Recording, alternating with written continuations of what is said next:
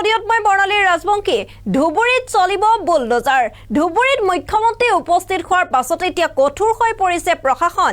কেইবাখনো ব্যৱসায়ী প্ৰতিষ্ঠানলৈ এতিয়া জাননী জাৰি কৰিছে প্ৰশাসনৰ তৰফৰ পৰা। এদিনীয়া সময়সীমা বান্ধি দিছে একাংশ ব্যৱসায়ীক। সবিশেষ চাওঁ আহক। এই মুহূৰ্তত এটা গুৰুত্বপূৰ্ণ খবৰ জনাৰ চেষ্টা কৰিছো। ধুবুৰীত এবাৰ কঠোৰ হৈ পৰিছে আৰক্ষী প্ৰশাসন। ধুবুৰীৰ পাৰঘাটৰ একাংশ ব্যৱসায়ীক উচ্ছেদৰ জাননী দিছে। এদিনৰ সময়সীমা বান্ধি দিলে ধুবুৰী জিলা প্ৰশাসনে। হিৰিঘাট কাছাৰীঘাটৰ দৈনিক বজাৰ খালী কৰিবলৈ নিৰ্দেশ দিছে এতিয়া প্ৰশাসনৰ তৰফৰ পৰা। বজাৰ খালী নকৰিলে প্ৰশাসনে বুলডোজাৰ চলাব বুলি জাননী দিছে এতিয়া ব্যৱসায়ীসকলক। উল্লেখ্য যে বিগত 40 বছৰে পৌৰসভাক টেক্স দি আহিছে বুলিও সদৰি কৰিছে ব্যৱসায়ীসকলে। আনহাতে ব্যৱসায়ীসকলে চৰকাৰী ভূমিত বজাৰ নিৰ্মাণ কৰা বুলি জানিব দিছে চক্ৰ বিষয়াই। আইন শৃংখলাৰ প্ৰতি লক্ষ্য ৰাখি জিলা প্ৰশাসনে এই জাননী জাৰি কৰা বুলি সদৰি কৰিছে। আমি দৃশ্যাংশ দেখুৱাবলৈ চেষ্টা কৰিম। এনেদৰে এতিয়া একাংশ ব্যৱসায়ী প্ৰতিষ্ঠানত জাননী জাৰি কৰিছে প্ৰশাসনৰ তৰফৰ পৰা। ধুবুৰীত মুখ্যমন্ত্ৰী উপস্থিত হোৱাৰ পাছতে এতিয়া কঠোৰ হৈ পৰিছে আৰক্ষী প্ৰশাসন। যিকোনো মুহূৰ্ততে এতিয়া ধুবুৰীত চলিব পাৰে বুলডোজাৰ। ধুবুৰীৰ পাৰঘাটৰ একাংশ ব্যৱসায়ীক উচ্ছেদৰ জাননী দিছে ধুবুৰী প্ৰশাসনে।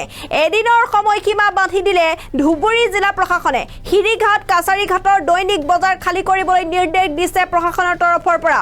বজাৰ খালী নকৰিলে প্ৰশাসনে বুলডোজাৰ চলাব বুলিও জাননী দিছে ব্যৱসায়ীসকলে। উল্লেখ্য যে বিগত 40 বছৰে পৌৰসভাক টেক্স দি আহিছে বুলিও সদৰি কৰিছে এইসকল ব্যৱসায়ীয়ে। আনহাতে ব্যৱসায়ীসকলে চৰকাৰী ভূমিত বজাৰ নিৰ্মাণ কৰা বুলিও জানিব দিছে এতিয়া চক্ৰ বিষয়াই। আইন শৃংখলাৰ প্ৰতি লক্ষ্য ৰাখি জিলা প্ৰশাসনে এই জাননী জাৰি কৰা বুলি এতিয়া সদৰি কৰিছে ব্যৱসায়ীসকলে। আমি এই মুহূৰ্তত দৃশ্যাংশ দেখুৱাৰ আপোনালোকক চেষ্টা কৰিছোঁ। এতিয়া একাংশ ধুবুৰীত যিসকল অবৈধ বেদখলকাৰী আছে তেওঁলোকক এতিয়া উচ্ছেদৰ জাননী দিছে আৰক্ষী প্ৰশাসনে। ধুবুৰীত মুখ্যমন্ত্ৰী উপস্থিত হোৱাৰ পাছতে এতিয়া আৰক্ষী প্ৰশাসন কঠোৰ হোৱা পৰিলক্ষিত হৈছে। মাত্ৰ এদিনৰ সময়সীমা বান্ধি দিছে একাংশ ব্যৱসায়ী। বজাৰসমূহ বন্ধ কৰাৰ নিৰ্দেশ দিছে আৰক্ষী প্ৰশাসনৰ তৰফৰ পৰা। বজাৰ খালী নকৰিলে প্ৰশাসনে কিন্তু বুলডোজাৰ চলাব বুলিও জাননী দিছে এতিয়া ব্যৱসায়ীসকলক প্ৰশাসনৰ তৰফৰ পৰা। বিগত 40 বছৰে পৌৰসভাক টেক্স দি আহিছে বুলিও সদৰি কৰিছে এতিয়া ব্যৱসায়ীসকলে। আনহাতে ব্যৱসায়ীসকলে চৰকাৰী ভূমিত বজাৰ নিৰ্মাণ কৰা বুলিও জানিব দিছে এতিয়া চক্ৰ বিষয়াই। এই মুহূৰ্তত কিছু মন্তব্য আছে, আমি মন্তব্য শুনোৱাৰ চেষ্টা কৰিম। কিমান বছৰৰ পৰা আপোনালোকে বজাৰ আছে? আমাৰ ইয়াত বহুত দিনৰ পৰাই বজাৰ কৰি আছে। কিমান বছৰ? মিনিমাম 40-50 বছৰ হ'ব। কালি আহি আমাৰ চাৰ্কেল অফিচাৰে নিৰ্দেশ দি গৈছে যে কালিৰ ভিতৰত যদি ভাঙা নহয় তেনেহ'লে আমি বুলডোজাৰ চলাই ভাঙি দিম। গতিকে গৰীব মানুহ, দুখীয়া মানুহ নাই, সিহঁতে তেনেকৈয়ে কৈ গৈছে যে কালি যদি নাভাঙে আপোনালোকে সেইটো কোৱা নাই।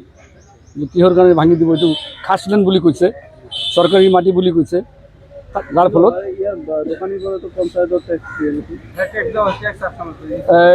পঞ্চায়তৰ টেক্স দিয়ে, আকৌ মিউনিচিপালিটি টেক্স দি আছে। টেক্স দিয়ে সত্ত্বেও আমাক ইয়াৰ পৰা উচ্ছেদ কৰি আছে। কিমান বছৰৰ পৰা আপোনালোকে বজাৰ আছে?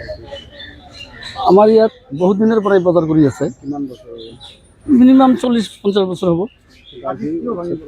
কালি আহি আমাৰ চাৰ্কেল অফিচাৰে নিৰ্দেশ দি গৈছে যে কালিৰ ভিতৰত যদি ভাঙা নহয় তেনেহ'লে আমি বুলডোজাৰ চলাই ভাঙি দিম। গতিকে গৰীব মানুহ, দুখীয়া মানুহ নাই, সিহঁতে তেনেকৈয়ে কৈ গৈছে যে কালি যদি নাভাঙে আপোনালোকে সেইটো কোৱা নাই।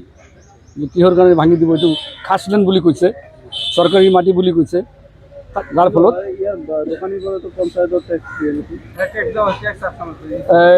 পঞ্চায়তৰ টেক্স দিয়ে, আকৌ মিউনিচিপালিটি টেক্স দি আছে। টেক্স দিয়ে সত্ত্বেও আমাক ইয়াৰ পৰা উচ্ছেদ কৰি আছে। কিমান বছৰৰ পৰা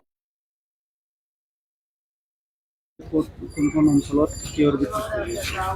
এইটো আমাৰ এই যিখন নেতাদুগুনি পাৰ্ক আছে তাৰে চাইডে আমাৰ এইবিলাক চৰকাৰী মাটি হয়। তাতে কিছুমান দোকান, আমি টেম্পৰেৰী নেচাৰৰ দোকান হয় এইবিলাক। তো এইখিনিয়ে অলপ ছিকিউৰিটি মেজাৰ্ছৰ কাৰণে এইখিনি আমি যোৱাকালি তেওঁলোকক নোটিছ দিয়া হৈছে আৰু তেওঁলোকে নিজে গুচাই আছে। ঠিক এভিকশ্যন নহয়, জাষ্ট আমি জাগাটো ক্লিয়াৰ কৰি আছোঁ মানে। কেৱল এই দুটা ঘটনা আৰু আমি এজ পাৰ হেৰি আমি বাকীবিলাকতো চাম, কিন্তু আজিৰ কাৰণে আমি এইখিনি ক্লিয়াৰ কৰিম, এই জেগাটো ক্লিয়াৰ কৰিম, যিহেতু চেঞ্চিটিভ জেগা। আমি জানিব পৰা মতে জিলা পৰিষদৰ সন্মুখত যিটো ঘাট সেইটো পঞ্চায়তৰ নাই, এই মানে বস্তুটো তেনেকুৱা নহয়। তাৰমানে কথাটো হ'ল যে এইটো গভৰ্ণমেণ্ট লেণ্ড হয়, তো কিছুমানে হয়তো পঞ্চায়তৰ পৰা কিছুমান NOC বা তেনেকুৱা ধৰণৰ লৈছে, সেইখিনি আমি পিছত চাম। বাট ফৰ দ্য টাইম বিং আমি জেগাটো ক্লিয়াৰ কৰাই আছোঁ। ট্ৰেড লাইচেঞ্চ মানে এইটো মিউনিচিপালিটিৰ হেৰিত নহয়, তেওঁলোকে কিছুমানে পঞ্চায়তৰ পৰা লৈছিলে আগৰে, কিন্তু সেইবিলাক আমি চাম বাৰু। কিন্তু ফৰ দ্য টাইমিং আমি এইখিনি ৰিমুভ কৰি আছোঁ। বিগত 7 দিনৰ পৰা যিটো ঘটনা ঘটিছে সেই সংক্ৰান্তত নাই, এইটো আমি ৰুটিন এভিকশ্যনে হয়, আমি কৰিয়ে থাকোঁ। যোৱা বছৰত তেওঁলোকক নটিচ দিয়া হৈছিলে, যোৱা বছৰ নহয়, প্ৰায় 6 মাহমান আগতে, কিন্তু একো আমি তেওঁলোকৰ পৰা ৰেছপন্স পোৱা নাছিলোঁ। গতিকে আজি আমি চাইছোঁ কিমানখিনি মুখ্যমন্ত্ৰী কিবা নিৰ্দেশন হৈছে। নাই, এইটো মই গম নাপাওঁ, এইটোলৈ একো মোক জনোৱা নাই, আমি নিজৰ ফালৰ পৰা দিছোঁ। এইটো যোৱাকালি যিহেতু মুখ্যমন্ত্ৰীয়ে গুৰুত্বপূৰ্ণ কেইটামান নিৰ্দেশনা দিছে, তাৰে ভিত্তিত কিন্তু আৰক্ষীয়েও ইতিমধ্যে যি অপৰাধীবিলাক আছে উঠাইছে, তাৰ ভিত্তিত দেখা গৈছে যে ইভিকশ্যনৰ কথা কৈ দিছিলে। এই সংক্ৰান্তত মই একজেক্টলি কথাটো গম নাপাওঁ, যিহেতু মই নাছিলোঁ, মোক জনোৱা হোৱা নাই। বাট এইখিনি আমি আগৰ পৰাই এইটো আমি ট্ৰাই কৰি আছিলোঁ, এই জেগাখিনি ক্লিয়াৰ কৰিবৰ কাৰণে, ছেফটি কনচাৰ্ণৰ কাৰণে। একচুৱেলি এইটো ঘাটৰ এইটো অলপমান যিহেতু পানী বাঢ়িলে ইয়াত এটা ছেফটিৰ ইছ্যু আহি যায়। কিছুমানে ইয়াতে নাও লগাই দিয়ে বা কিছুমানে ইয়াতে নাৱত উঠা নামা কৰে, যিটো অলপ ৰিস্কি হয়। গতিকে সেইটো এংগেলতো চাব গ'লে এই জেগাটো আমি ক্লিয়াৰ ৰাখিলে আমাৰ ছেফটি পাৰ্পজত উল্লেখ কৰিছিলে যে যিহেতু জিলা আয়ুক্ত আছে, তেখেতৰ বাসভৱনৰ সন্মুখতে কিন্তু বিভিন্ন কথা লিখা হৈছিল। সেই ক্ষেত্ৰতো কিন্তু যিহেতু বাসভৱনৰ সন্মুখতে এই দোকানবিলাক বাংলা বুলি কিবা